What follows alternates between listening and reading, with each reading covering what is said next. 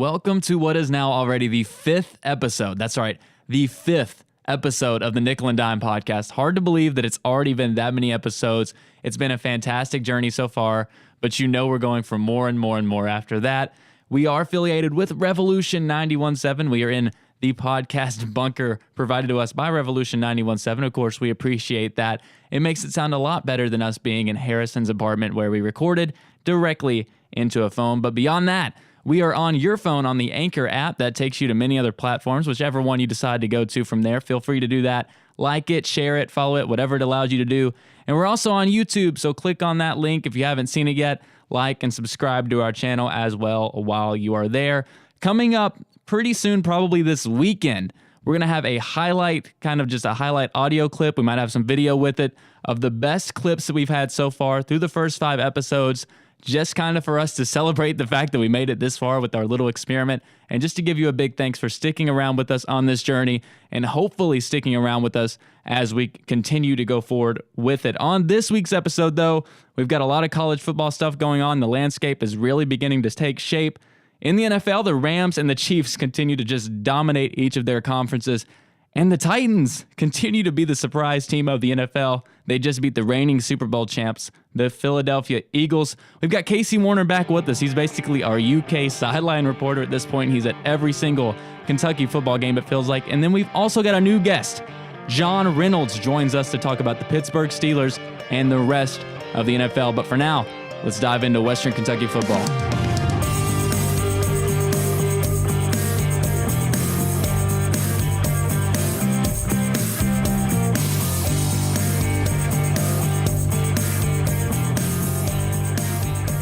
Western Kentucky had another opportunity this weekend to pull out a big win, and once again, it fell right through their grasp. Harrison Valk is with me now, as always, to talk about Western football and Harrison. I don't know if there's any other way to describe this game against Marshall other than just disappointing. I mean, there were high expectations. This was a game that the Hilltoppers weren't favored in, but there was certainly the opportunity there for the Hilltoppers to pick up the win, and once again, they were just not able to close it out.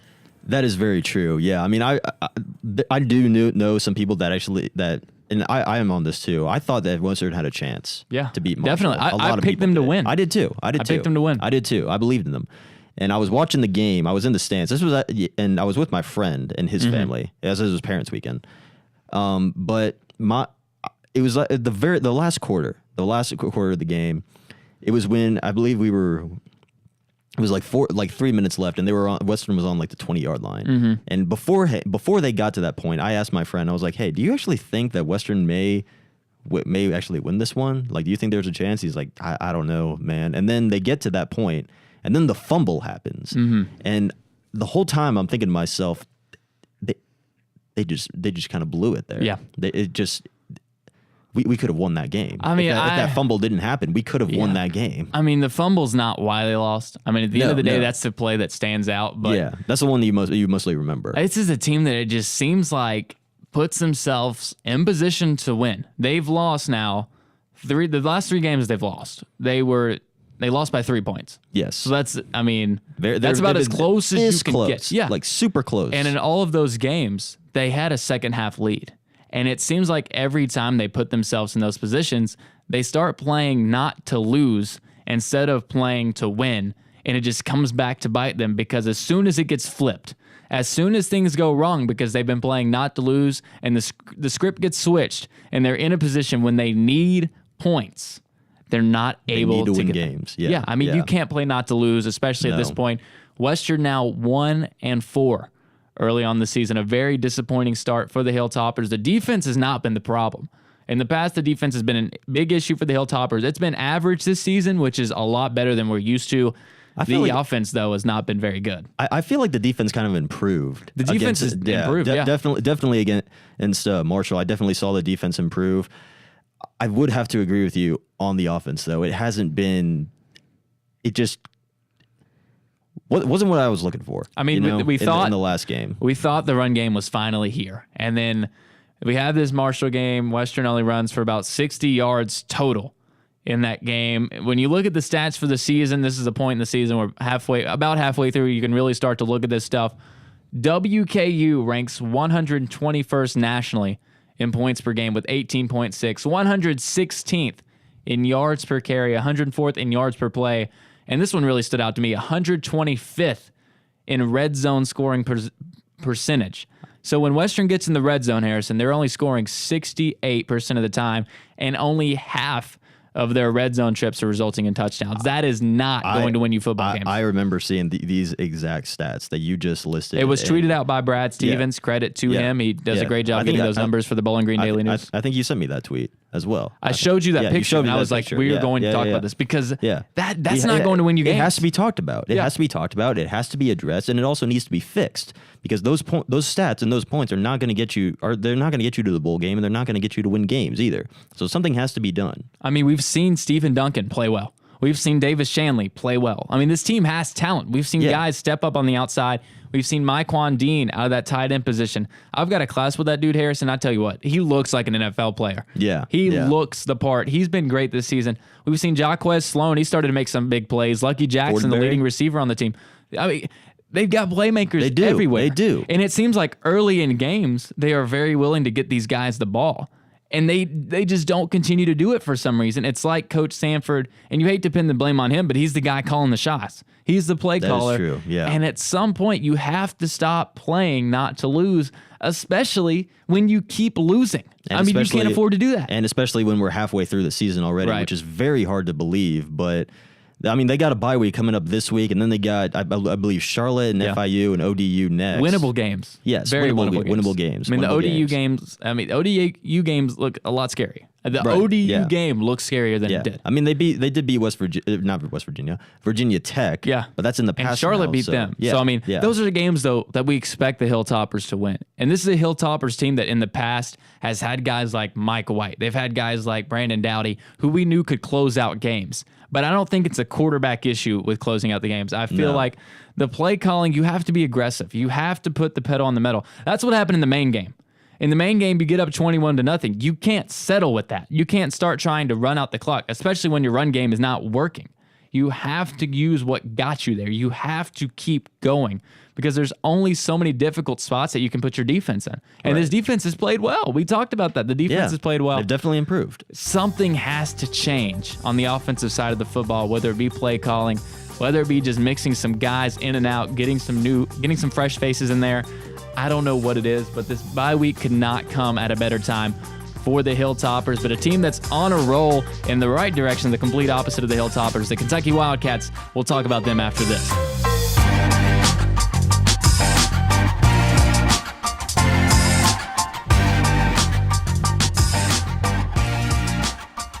Casey Warner back with us again after attending another Kentucky football game. I said earlier, you are now our official UK sideline reporter from the stands. You are at almost every single game. First question I must ask, are you going to College Station?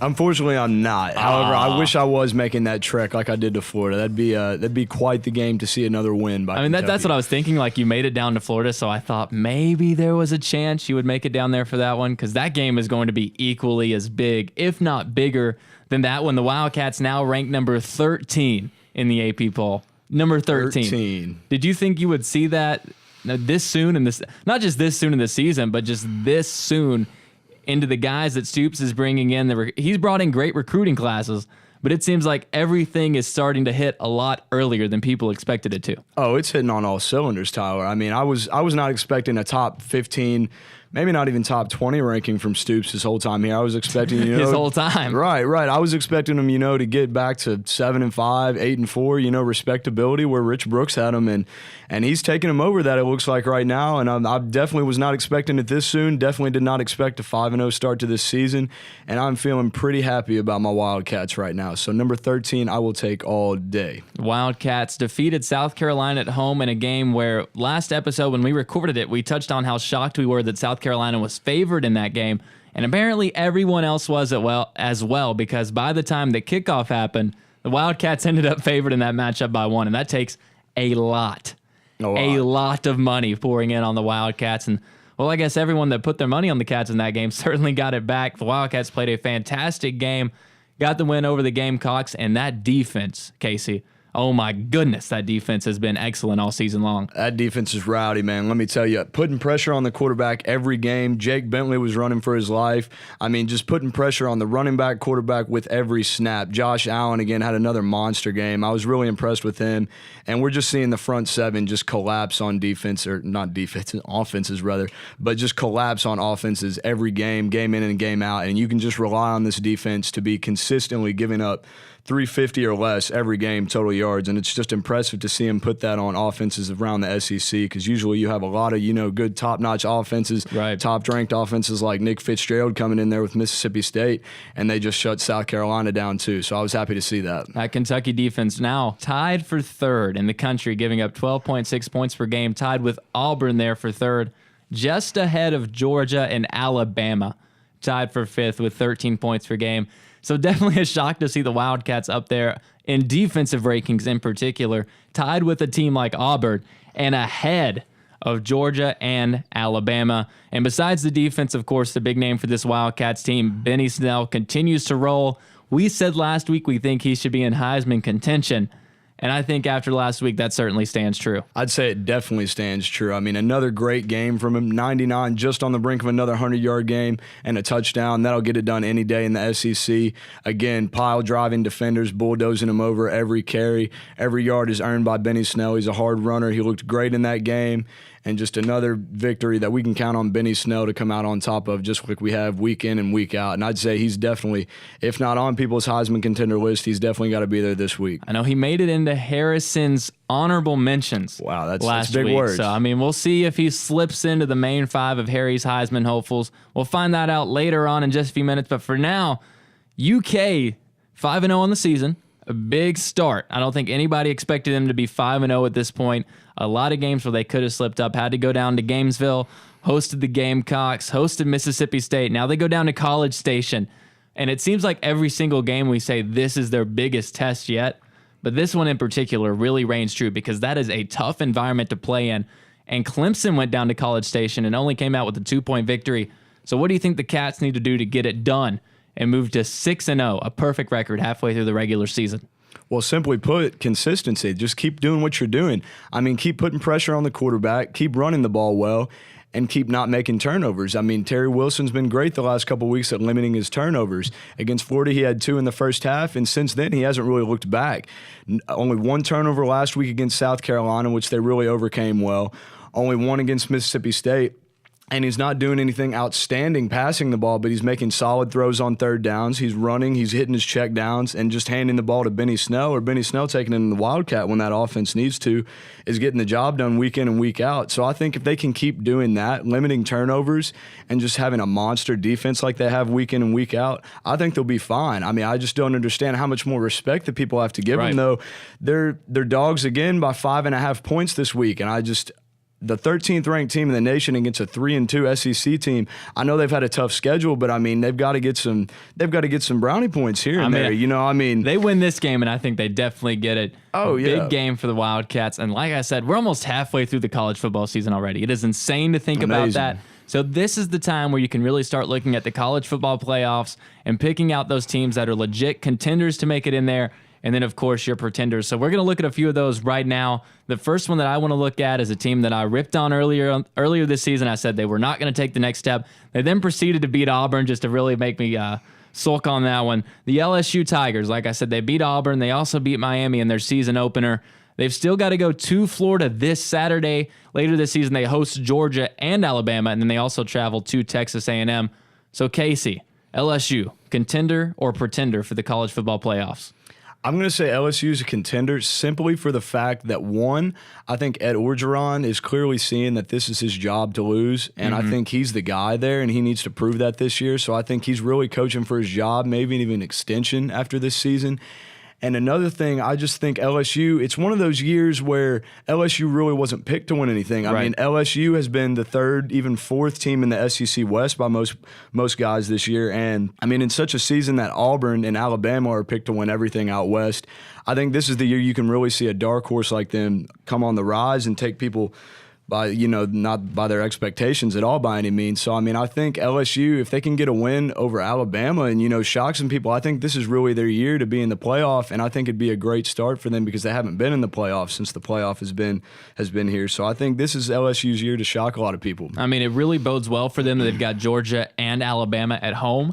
I don't like that they drew Georgia out of the East, rather. That is a really tough draw in your cross-divisional matchups. Huge game. Just because of that, I'm going to have to go with Pretender, just because I still don't think that offense has enough, and I don't think the defense is good enough to carry that offense against teams like Georgia, like Alabama, which we know how good that Alabama offense is now. That's going to be, those are going to be two really good games, especially in Baton Rouge. I think LSU certainly has a chance to win both of those games. I just don't see them doing it. I'm going to go with Pretender on LSU. Our next team, Notre Dame, ranked number 6 right now in the country. I had them as one of my sleeper contenders to get into the college football playoffs. So I'll go and let you know. I think they're a serious contender to get in. Biggest problem, though, their strength of schedule seems to really be falling off. They've beaten Michigan earlier this season. They just beat Stanford. But their biggest games left are at Virginia Tech, who lost to Old Dominion. And then they play FSU, which really isn't a big game now. Florida State's really fallen off. Right. And, of course, they go to Los Angeles to take on USC, and they've fallen off this year as well. So what's your ruling on Notre Dame? I'm going to say they're a contender simply for the fact that they already beat Michigan, and that was a convincing win. Was it Michigan or Miami they played? Michigan. Early? It was Michigan, okay. They did beat Michigan earlier in the year, and that was an impressive win. And they just beat Stanford this week. So, those are two contending teams as it is right there that they've already beaten, which puts great games on their resume. And you look at the end of the schedule like you were discussing, and I see there's no reason they should lose any of those games at the end of the schedule. USC is obviously talented and they're underachieving right now, but I think that's a very winnable game. They got Syracuse coming up at the end of the schedule, which is another winnable game despite how good they've been. And I just think that as long as they don't slip up in any way, they're definitely a contender. This is the year for Notre Dame. Notre Dame hasn't been relevant in top 5 talks since the year that they had Manti Te'o, and we all know that ended pretty disappointingly. But I think this is really their year to show guys that, they're a top 5 program still in the nation, and with that schedule the way it's looking, there's no reason they shouldn't be a contender at the end of the year. And I had our last team down to 2 options. One, I'll let you know, was West Virginia. The other, the Kentucky Wildcats. And of course, I wanted to say Kentucky just to get you to give an opinion on it. But then I looked at West Virginia's schedule and I said, well, they haven't really played anybody yet. All of their big games are left to come. So by default, Kentucky is our better option to talk about right now. We mentioned earlier the number 13 team in the country. They went to Gainesville, beat Florida, beat Mississippi State 28-7 in Lexington.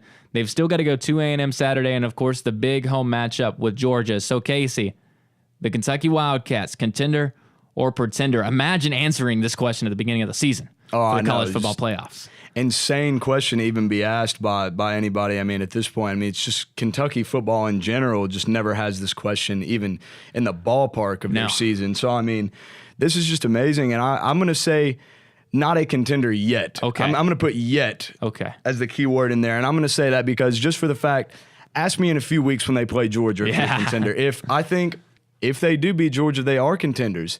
But we're going to really see this Saturday in College Station what happens with that 12th man in town. That's going to be a big atmosphere for them, and it's probably going to be an atmosphere that they haven't faced all season because, the Florida game, there really wasn't a great atmosphere. The Swamp, of course, but this is going to be a big atmosphere for them. So if we can overcome this test, I think, they're definitely moving in the right direction, but definitely a win at Georgia, then I think they're solid contenders. But as of right now, I don't think they're contenders just yet. There's a reason that A&M is favored to win that game. Obviously, it's a very tough environment to play in. That's a really good Aggies team coached by a very good coach in Jimbo Fisher. I think, similar to you, I think pretender is the wrong word here, because it all relies on that Georgia game, and I just don't think they're quite there on beating Georgia.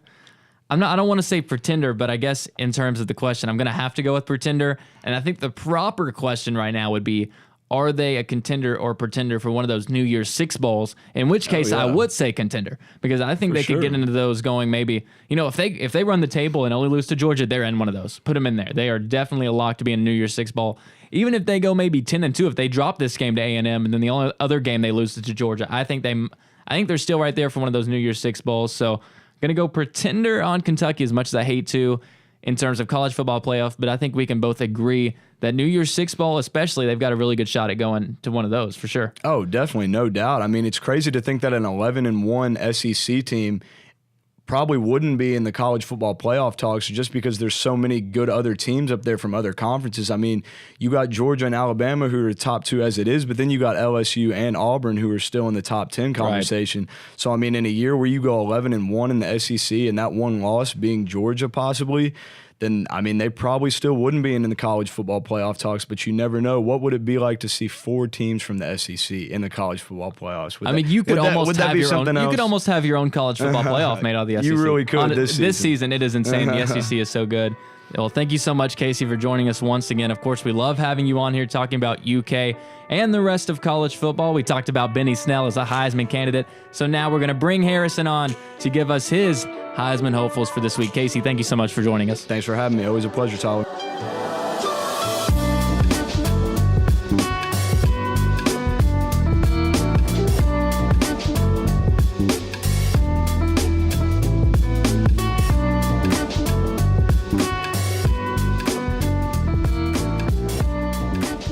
Once again, me and Casey are pushing very, very, very hard for Benny Snell to slip into Harry's Heisman hopeful. So, Harrison, give us your 5, and I'm going to hope that Benny Snell slipped in there this week. You hope. I hope you so. Hope. What if he's not on there? I'm going to be very disappointed in you. I'm not going to be mad. I'm just disappointed. Just disappointed. Okay. I thought you were going to come up with something witty there, but you just said disappointed. No, okay, never mind. I mean, what do you want me to come up with? No. Well, I mean, if you don't put Benny Snell in there, I guess I'll Snell you later. Awkward silence. No, that was good. Snell you later. Okay. You know he does junior. He's Benny Snell Jr. Yeah, he's also a junior in college. Yeah. I'm killing it, dude. Yeah, you are. I'm killing it. Somebody give me my own shout. Yeah, definitely. This is your own show, bro.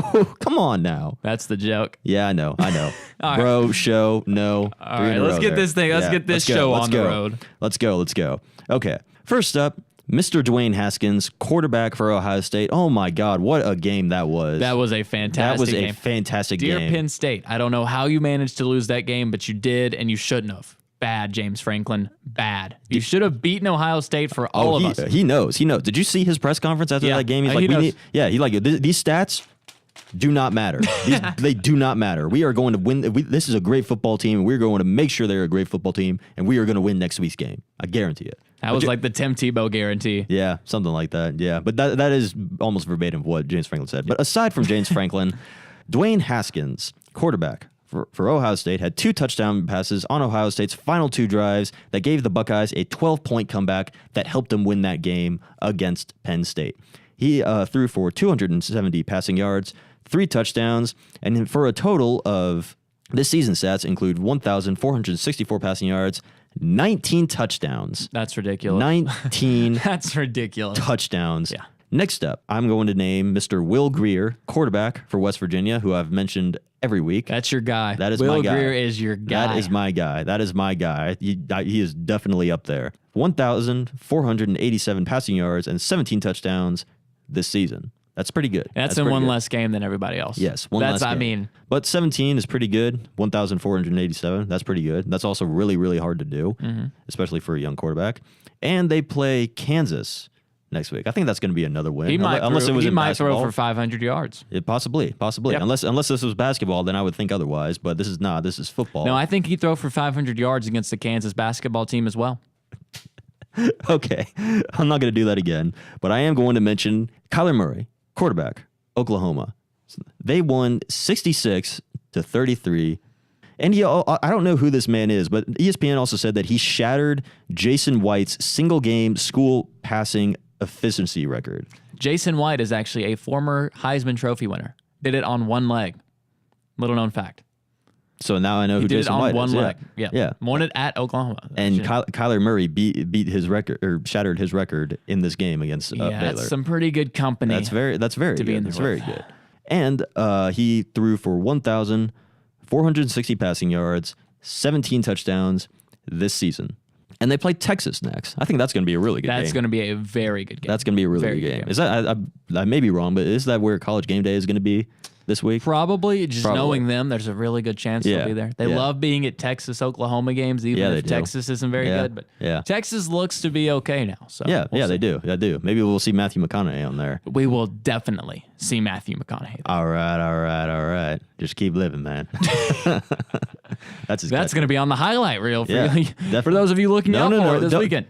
Okay. And second to last, Tua Tagovailoa. I think what else is going to be on the highlight reel is every time you've tried to say Tua Tagovailoa. But when I call him Tagovailoa, whatever the flip you say Viola, every single time, something like that. Yes. Yeah, or just leave it to Tua Tagovailoa.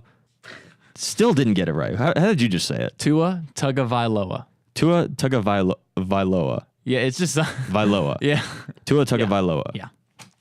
Got it right. There we go. I'm gonna try to maintain that. That is not going on the highlight. I'm going to try to maintain that. Tua Tagovailoa.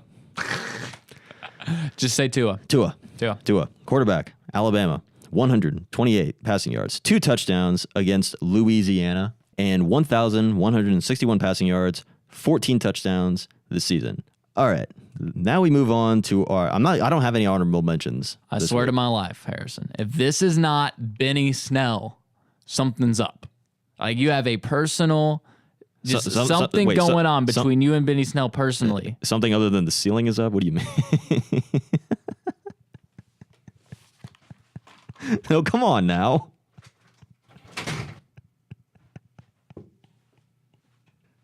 Put your headphones back on. Wow. That was a really bad joke. I apologize. Come on. I got something that'll make you feel better. I hope everybody enjoyed Harrison's time here on the Nickel and Dime podcast. We're receiving word that, this might be his last episode. Just a rumor. I have something that will make you change your mind. Okay, what is it? Benny Snell Jr. He is on my Heisman list. Number 5. Benny Snell in the Heisman hopefuls. Yes. You got to change it up once in a while. What's that? Hold on, wait. Receiving word. Harrison's contract has been renewed for 6 more years. Woo! Yeah. Awesome stuff. Then again, Harrison. I knew you wouldn't. Awesome stuff. I knew you wouldn't. I told you would change your mind. Great stuff. Yeah, good stuff. Love it. Good stuff. So, Benny Snell Jr. is the last but definitely not least candidate on the Harry's Heisman hopefuls. We know him from Casey Warner. He's a running back for Kentucky. Ran for 639 yards, 8 touchdowns this season, and he ran for 99 yards. He's the against Flash, South Carolina. Man. He's the Flash. 900 yards. I'm sorry, I can't. I didn't. Yeah, 99 rushing yards. That would be something if he did 999 yards. Yeah, but he had 99 yards, 1 touchdown against South Carolina, and we are going to see him improve when they take on Texas A&M. Yeah, that's who they play next. Yeah, and that's going to be a really interesting game too. It is. It's going to be a really good game. It's going to be another big test for those undefeated. Let that sink in, Harrison. Undefeated Kentucky Wildcats football team, not basketball. Football. Number 13 in the nation. Number 13. That is definitely something to take in. So those are your 5 guys for the Heisman Trophy. No honorable mentions this week? Unfortunately not. No. Right. No, I thought I did have an honorable mention last week, but that honorable mention is now in my top 5. So okay. He's probably going to made it in. He's probably going to stay in there for a little while. I want to see this guy improve like I want to see Will Greer improve. I would say he's going to be there for the foreseeable future if he continues to perform. And now we'll bring in Natalie for natural selection.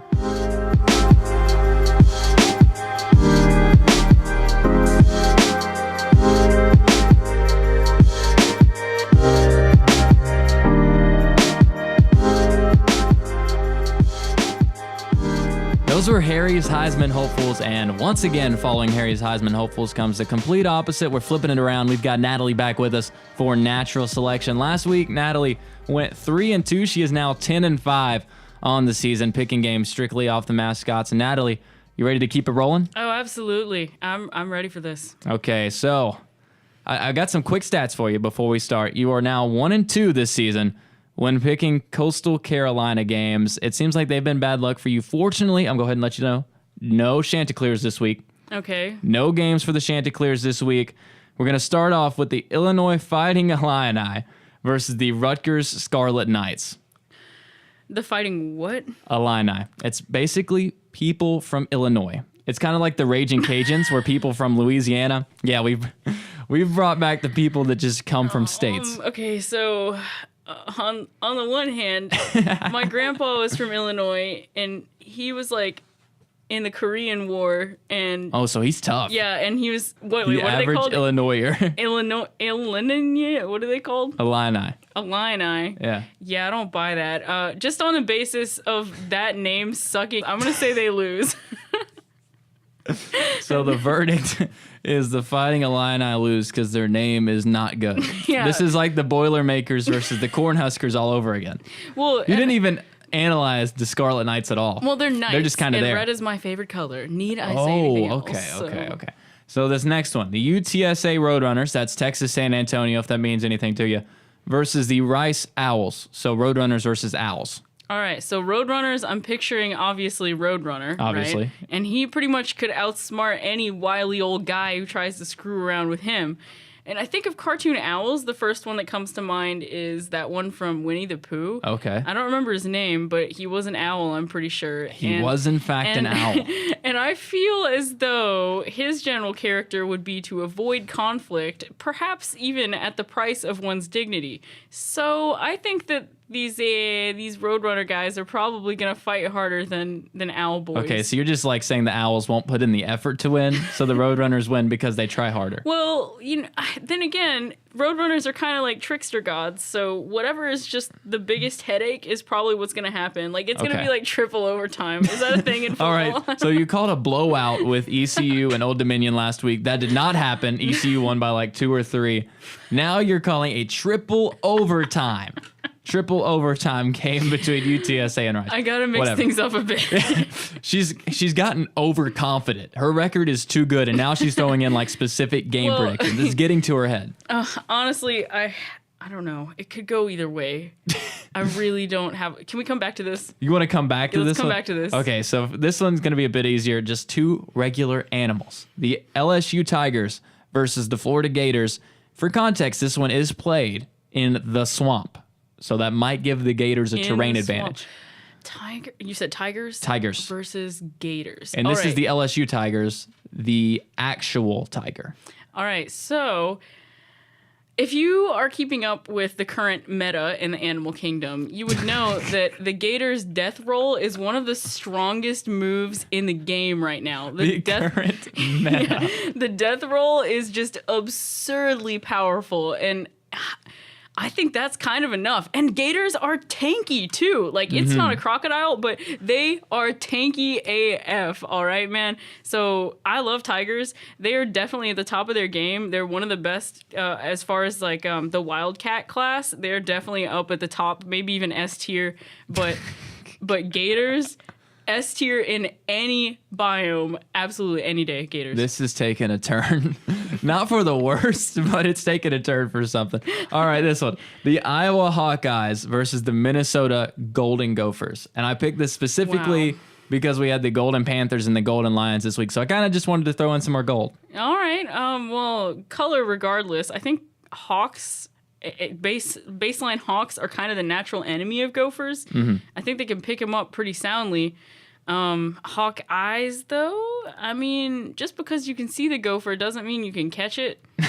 I'm trying to think, like, humans, even if they can perceive that the gopher is approaching, they're probably just going to be like, man, there's a gopher, and the gopher is going to go run in some hole or something. So I think that it might not start out this way, but ultimately I think I'm going to go with the Gophers. The Golden Gophers win in a game where it sounds like you're saying the Hawkeyes are going to jump out in front early and the Golden Gophers are going to come back from there. That's right. Okay. Wow. It's going to be a little cat and mouse game You'll never between see the it coming, Hawkeyes but and the Golden Hawkeyes Gophers. will. Okay. This one would be the last one, but we do have to go back to the Roadrunners and the Owls. The Louisiana Monroe Warhawks versus the Ole Miss Rebels. And the Rebels are literally just old Confederate rebels. What are the Warhawks like? Hawks trained for war. Okay, so an animal that is trained for war. Correct.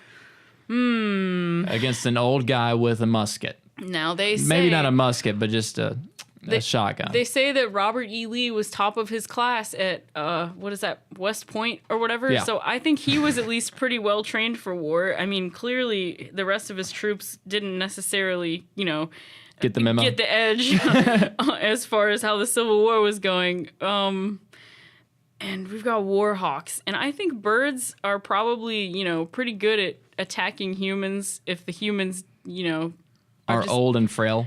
No. Actually, I think that old people have an advantage against birds because they like to feed them at the city park. So they've got the mind games. Yeah, mind games. But I think I don't want the South to rise again in that aspect. So I'm gonna personally root for the Warhawks. But are you picking them? Are you just rooting for them, or are you picking them? Well, now, Sonny, I might be from the South, but I'm just gonna wish my own juju upon them there Warhawks and hope that they pull that on top, and I'll pick them. Sure, I don't care. All right.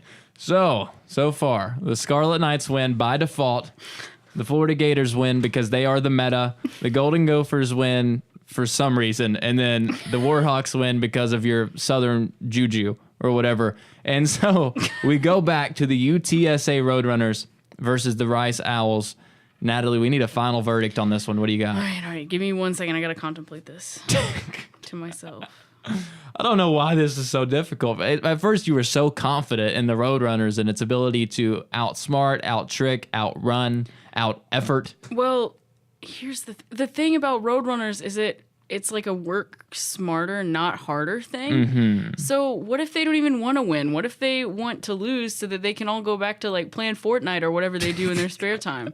So like they might not be on the team much longer.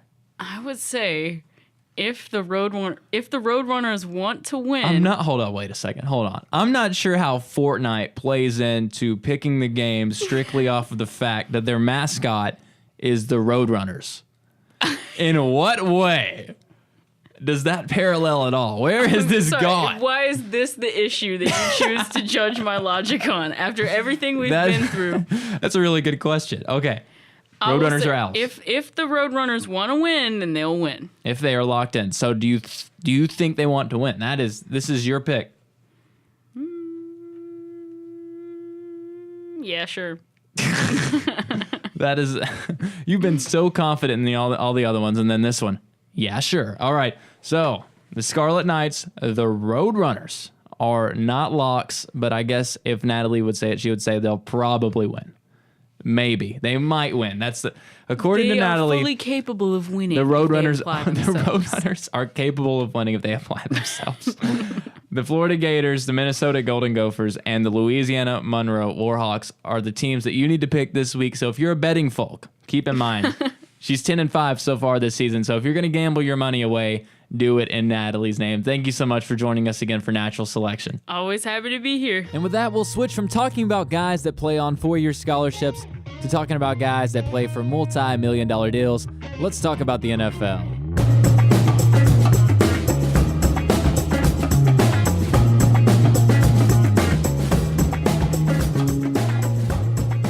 Week 4 of the NFL season has come and gone, and now Week 5 is here. And the Tennessee Titans this past Sunday made a huge statement with a victory over the reigning Super Bowl champion Philadelphia Eagles in Harrison. Another big win from the Titans that, just like the game against Jacksonville, neither of us saw coming. No, I did not see this win coming at all. I thought the Eagles were going to win. Yeah. I picked the Eagles to win. And I also picked the Jaguars to win last week. We might need to stop picking against the Titans. Yes. That might be the problem. I think we should start picking them. Yeah. Well, I mean, this week they play Buffalo. So well, obviously, I mean, if you're picking Buffalo, why are you picking Buffalo? Well, the That's last time I crazy. said anything about Buffalo, they came out and whooped up on the Vikings. So I'm not going to say a word about Buffalo. I'm not going to say a word. Just make the smart decision and pick the Titans. There is only one team in New York that I'll say a bad word about, and that is the New York Giants. And don't even get me started. Okay, I won't. Let's just talk about the Titans. No, we're going to stick with the Titans. The Titans 3-1 now already this season. They've won 3 big games, 2 divisional matchups against the Texans and the Jaguars, and of course the big win against the Eagles. Marcus Mariota really got things going in that game against Philly. He threw for 344 yards, 2 touchdowns, and interception. Also ran for 46 yards and a touchdown. And, of course, Corey Davis with a huge game. The game-winning touchdown. Had the game-winning touchdown. Before that, he had 8 catches. That one his 9th. 9 catches, 161 yards. And, of course, that game-winning touchdown. And like I mentioned, they go to Buffalo this week. A really good opportunity to keep things rolling. You've won 3 in a row after that really disappointing season-opening loss to the Miami Dolphins. That game was just terrible to watch. It was such a fiasco. 7 hours and 10 minutes. It just took forever. You can't really blame them for losing that game. But I think everybody's question now is, are the Tennessee Titans legit? I would think so. Okay. I would think so. Yeah. And if you ask me, I would say, along with the Jaguars, they are one of the best teams in the AFC South. Mm-hmm. I think that. Yeah. I mean, the Texans and the Colts are both 1-3 right now. Mm-hmm. Those two teams played on Sunday. It was a very ugly game. The Texans ended up winning because the Colts went for it on 4th and 4 from their own 30 or I don't know what. It was somewhere between I watched 30 the and ending 40. of the game. Yeah. Really aggressive play calling to say the least. Yes. Inside a minute left. Coach Sanford we've seen with some aggressive 4th and we're not going to talk about that. Some really big stuff on 4th down calls, but the Titans have been really consistent so far this season. They have been playing really well. They've found ways to win. And that's one thing that we talked about earlier on with Western Kentucky. It seems like they don't know how to close out games. This Titans team seems to know exactly how to find ways to win, whatever it may be. They've had games where it's the defense. They've had games where it's the run game. And in this game against Philadelphia, Marcus Mariota was the key to victory, and he came out and he played an excellent game. He stepped up and really played a really good game. And I think we're definitely going to see more of that offense. And I also have a quote here that I think is pretty interesting, too. It's I think it was Vrabel, the coach. Mike Vrabel. Mike Vrabel had a really big part in this game too. And Mariota said that he believes in us. He believes that we can get that first down, go win the game. To letting the offense go for a 3rd down and 4th down on that final drive. And when you have a coach that is able to do that and is able to believe in and believes in that too, then that definitely helps the team out and definitely helps them win the game. I mean, Mike Vrabel has come in there and really put in a new culture. I mean, we know the malarkey culture. We're going to run it down your throat, and when we can't run it anymore, well, we're going to run it one more time. Well, with Mike Vrabel in there, he was a defensive guy. He was a linebacker for the Patriots. We all know how good he was in the NFL. He's a really physical guy, but at the same time, he played with Tom Brady. Yeah. So he knows that stuff. He's in Mariota's ear. He's telling him stuff that Tom Brady used to do. Yeah, and that is so valuable. That is very valuable. Very valuable. He knows his defense and he knows his offense. Right. And when you have a coach that knows both, it helps. I mean, we talk about like coaches that have coached under maybe a guy like Nick Saban or guys that coached under Bill Belichick, but he also played under Bill Belichick. And there is such a value to playing for good coaches. And then when you go to the next level to start coaching, you have that knowledge that you were able to absorb all those years, even though you weren't coaching with them. You were just playing under them, and that's exactly what Mike Vrabel has brought to the table for the Titans. 3-1 now, a really good opportunity to pick up another win against the Buffalo Bills, a game that they really can't afford to let down. We saw Minnesota Buffalo came to Minnesota. Buffalo went to Minnesota and won that game. So, I mean, it's certainly one of those games where the Titans might overlook it and end up falling in a trap game of sorts, but Harrison, I think the Titans really have a good shot to be legitimate contenders in the AFC South this year. I do. I'm looking at some of their further games up now. They play the Bills this week, and then it's the Ravens. I don't really know about the Ravens. I don't know. I mean, they were. I don't know how good they are this year, but I do think they have a chance against the Chargers. I think they have a chance against the Cowboys. The Patriots, maybe. That'll be a really big test. That's a maybe. I think that Chargers game will be a really big test as well. That's a really good Chargers team. I'm not just saying that because I picked them to go to the Super Bowl or anything. Kind of am. But it's a really good Chargers team. They've got a really good offense. The defense has been a bit of a letdown, but that's a team that I feel like is really on par with what people have seen from the Titans this year. So I think that'll be a really big test for them. And of course, that Patriots game down the line, that'll be a really, really good test, a good measuring stick to see where the Titans are. But this week, though, they got to focus on the Buffalo Bills. Big matchup for the Titans. That's it for the Titans. We're going to bring in John Reynolds now, a new guy on the show, to talk about the Pittsburgh Steelers and the rest of the NFL.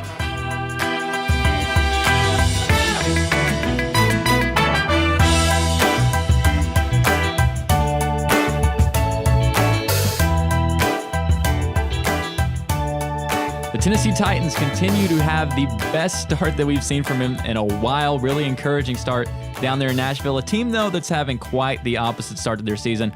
The Pittsburgh Steelers now here with us to discuss that. John Reynolds, a huge Steelers fan. We've usually got Casey coming in. He's a big Rams fan to discuss the Rams. And now we've got John with us to discuss the Steelers.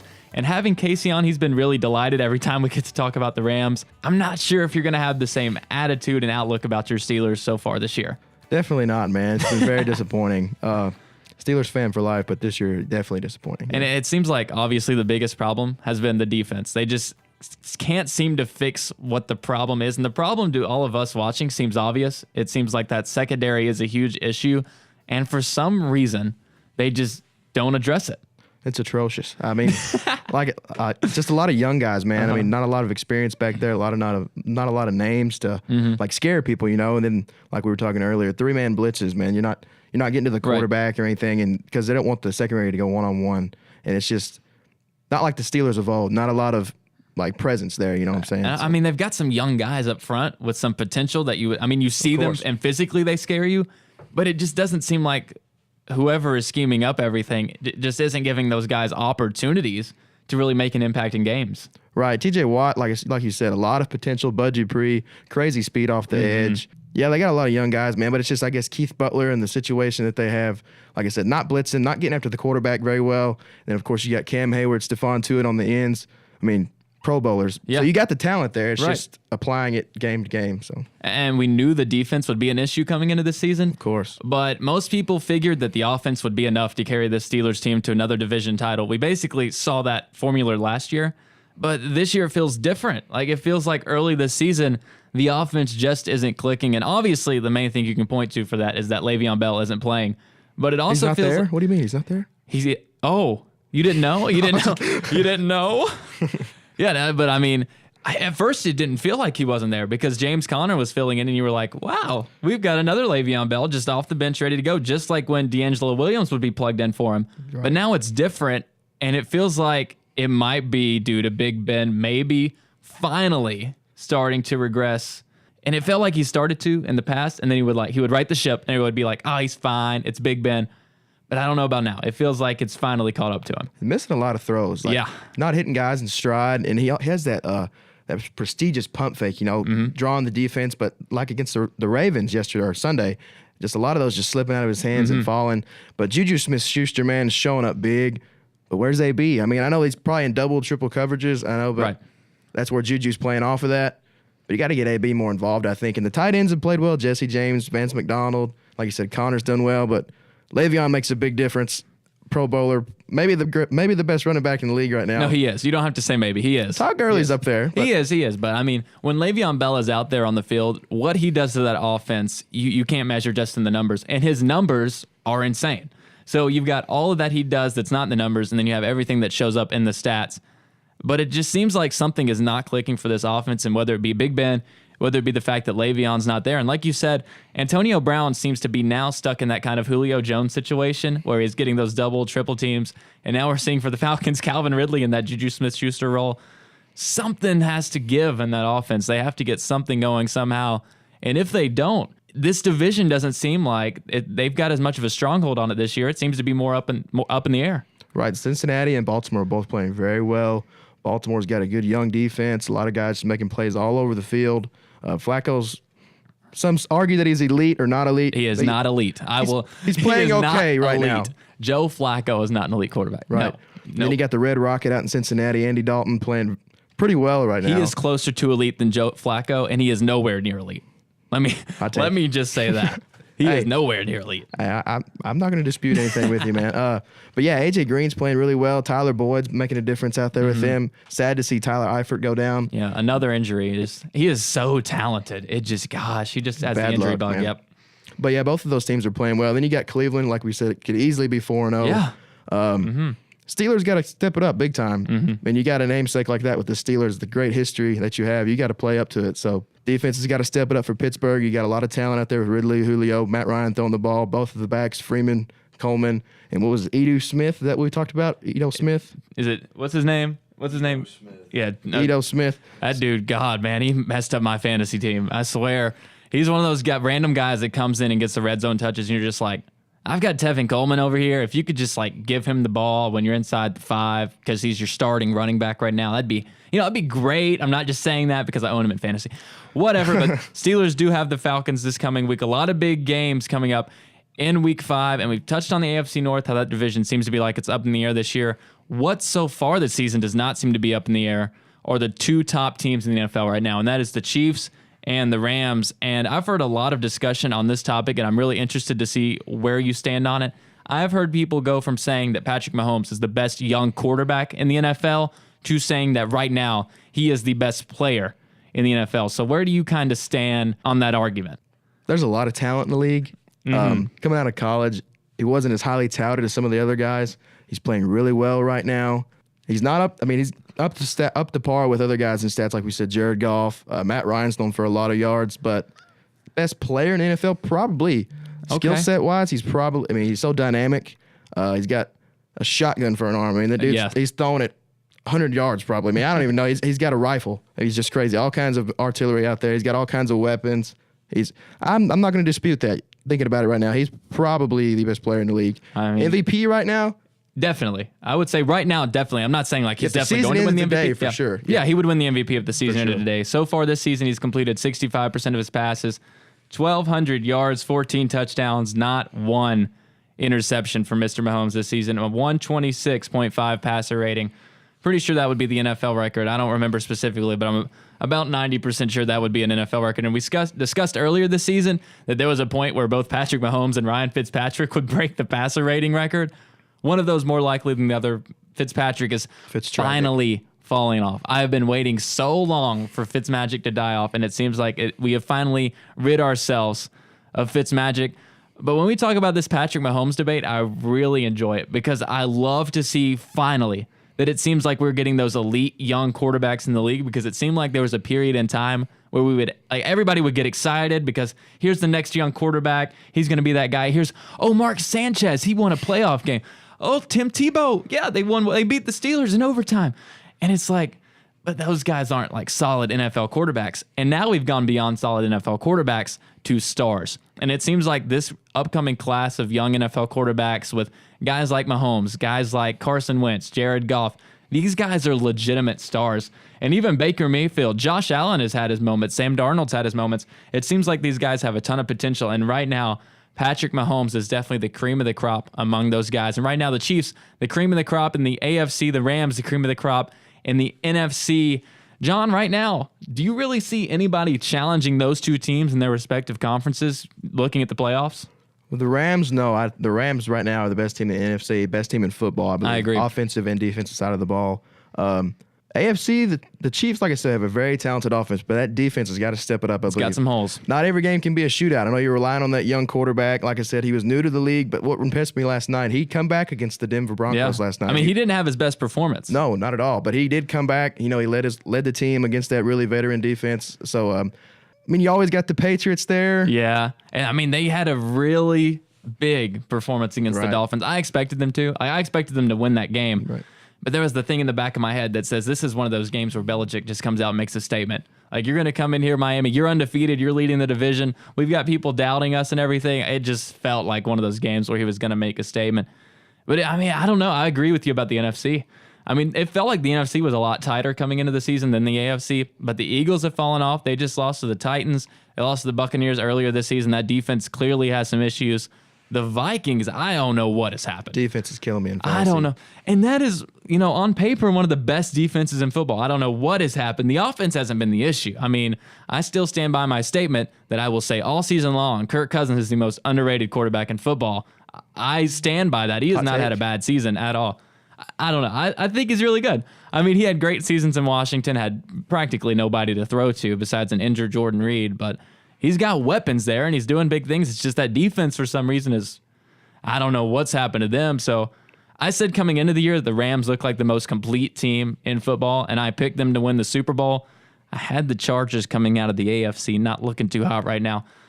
I don't know. The Chiefs, that defense scares me, but the offense scares me for the completely opposite reason. Like, their offense is Halloween spooky. Yeah. That is some scary stuff. And then we talk about other contenders. leading into a big Week 5 matchup against the Jaguars. You're talking about a great offense in the Chiefs going against a young, athletic, crazy, good defense in the Jaguars. That's the game I'm going to have my eyes on for sure. And that's possibly a contender that could be there with the Chiefs in the AFC. I agree. Like, I wanted to pick the Jaguars as my Super Bowl pick coming into this season. I just don't trust Blake Bortles that much. Do you really trust Blake Bortles that much? I mean, how do you pick a team to go to the Super Bowl that's got Blake Bortles? But, I mean, coming into the season, wouldn't you have said the same thing about Patrick Mahomes? True, like, would you trust Patrick Mahomes to lead your team to a Super Bowl after, like, one start last year? That's it. But, I mean, things can go any number of ways. We've seen teams start 4-0 and end up not even making the playoffs. We've seen teams start 0-4 and make it to the playoffs. Right. Anything can happen in the NFL. But like you mentioned, a big matchup this week with the Jaguars and the Chiefs. Some other games this weekend. The Colts go to the Patriots for Thursday Night Football. The Falcons go to Pittsburgh to take on the struggling Steelers. And the Vikings go to Philadelphia for what I think coming into the season was a lot bigger matchup than it is now to take on the Eagles. So you touched on the Jaguars-Chiefs game, John. Do you think that's the biggest week, the biggest game, the must-watch game for this week? In my mind, I believe it is. But you also mentioned there, you're talking about the Vikings and the Eagles, two teams that have underperformed when you come to the standards of, coming off a Super Bowl. And Vikings supposed to have this highly touted defense and possibly, like you said, the most underrated quarterback in football. Yeah, thank you. Stephon Diggs on the wide side, out wide. That's a big game, but I'm going to stick with the Jaguars and Chiefs because I could see that potentially being a Super Bowl matchup, maybe? I mean, right now it looks like it. Right. It really looks like it. We're going to see the winner of that game is going to be the front runner to come out of the AFC. I think if the Jaguars win this game, then the conversation is going to switch to people saying that the Jaguars are going to be the team to come out of the AFC. And there's a matchup later this season, not this week. It's later on, Mexico City, Monday Night Football, Rams and Chiefs. You talk about a game. Yeah. If both of those teams are undefeated still going into that matchup, like if the Chiefs come out of this game looking, like if they look dominant, say they struggled to beat Denver, but if they come out of this game, they dominate a really good defense. Their defense finally puts together a performance. It's probably not very unlikely that those teams head into that matchup against each other undefeated, and that is going to be an absolute clash. That's going to wrap it up for our NFL coverage. Thank you so much, John, for joining us for the first time. We've tried to have you on multiple times. We've had some scheduling conflicts. College kids got to work. We got to try to get through somehow, right? You got to have money sometime, man. You got to make a living. You do, yeah. I'm sure Lowe's really gives you a living, right? No comment. Thank you so much, John, for joining us. We appreciate it. We hope to have you back very soon in the future. But for now, we're going to move from the NFL to something very closely related to the NFL in fantasy football. Everything about you.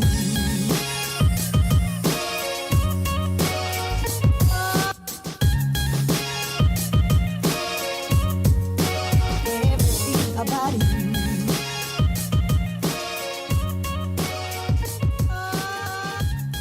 This week in fantasy football, me and Harrison had an even 1-1 record between us. He had the win. I had the loss. This time, thankfully, it did not come head-to-head to him. Instead, it came to the guy who was 0-3 coming into this week's matchup. Makes me feel really, really good about my team. I'm really having some issues with my team so far this year. You gave that guy his first win of the season. I know. You know what? I threw it. Be proud. I threw the game. I had all my best players on the bench. I put my worst players in the lineup. That's why OBJ was starting for me. He has been awful this season. Not worth at all. I'm not going to mention his team. Not going to mention his team. We're going to move on. OBJ's been awful this season. If you ask me, quick hot take, this is me. The Giants are the worst team in the NFL, okay? The worst team in the NFL. I won't go into it too much, but they are the worst team in the NFL. So much talent just wasted away. Wasted away. Wasted all that money, too. Best wide receiver in the NFL, highest paid wide receiver in the NFL. I don't think so. You don't throw it to him once in the red zone. I don't think so. No. He's most talented wide receiver in the NFL. Most talented. Yeah. I'll say that. Probably the richest. I mean, he should be. Yeah. He's not getting his money's worth. No. Giants aren't getting their money's worth, but whatever. I can't control how many times they decide to throw it to him. They're the ones paying him all the money just to run routes and not get the ball. Yeah, that is true. Yeah. Whatever. These guys, though, that I'm about to give you, our fantasy rolls of the dice for this week, they're going to get the ball plenty, I promise you, starting out with our quarterback, Phillip Rivers. And this is simply because he goes up against Harrison's Oakland Raiders. They finally picked up their first win of the season against the lowly Browns. So, Super Bowl pick looking a little bit better. Yeah, we beat the Browns in overtime, too. Yeah. Yeah, Can I please change mine? Nope. Okay. You're stuck. Anyways, Phillip Rivers against the Raiders. They don't look very good this year. That defense has not looked great. Phillip Rivers, on the contrary, he's looked pretty good this season. So I see him having a big week. At running back, this is one of my own guys I'm super excited to have back. Mark Ingram. I have been patiently awaiting for him to return from his suspension. He is back. They play the Redskins this week. Alvin Kamara has been fantastic this season for the Saints, but he's had to carry a really big load, so expect to see Mark Ingram come in there, give him a little bit of a break.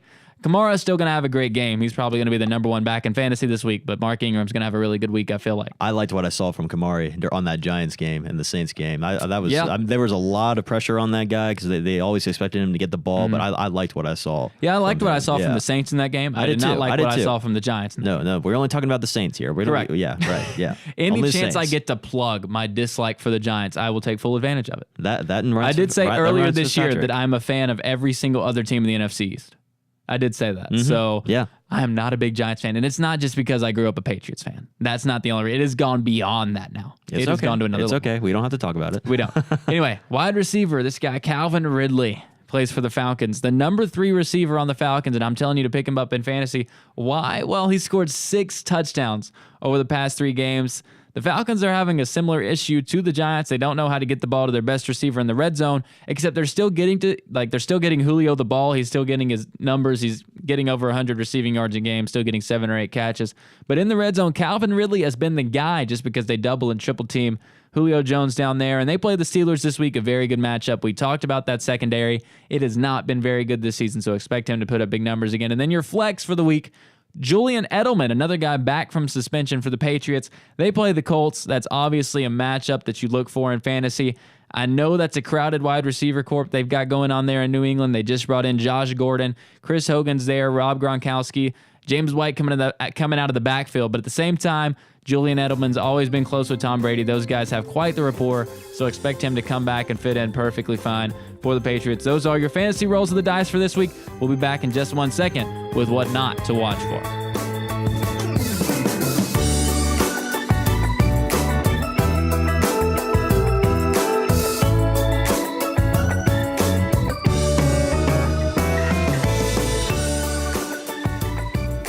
Just about ready to wrap up the 5th episode of the Nickel and Dime podcast. We've gone over college football, the NFL, fantasy football, and now it's time for our ending segment every single week, what not to watch for. Harrison, I will bestow upon you the honor of going first. What is your what not to watch for this coming football weekend? Well, I want to say thank you for letting me go first. You're welcome. Thank you.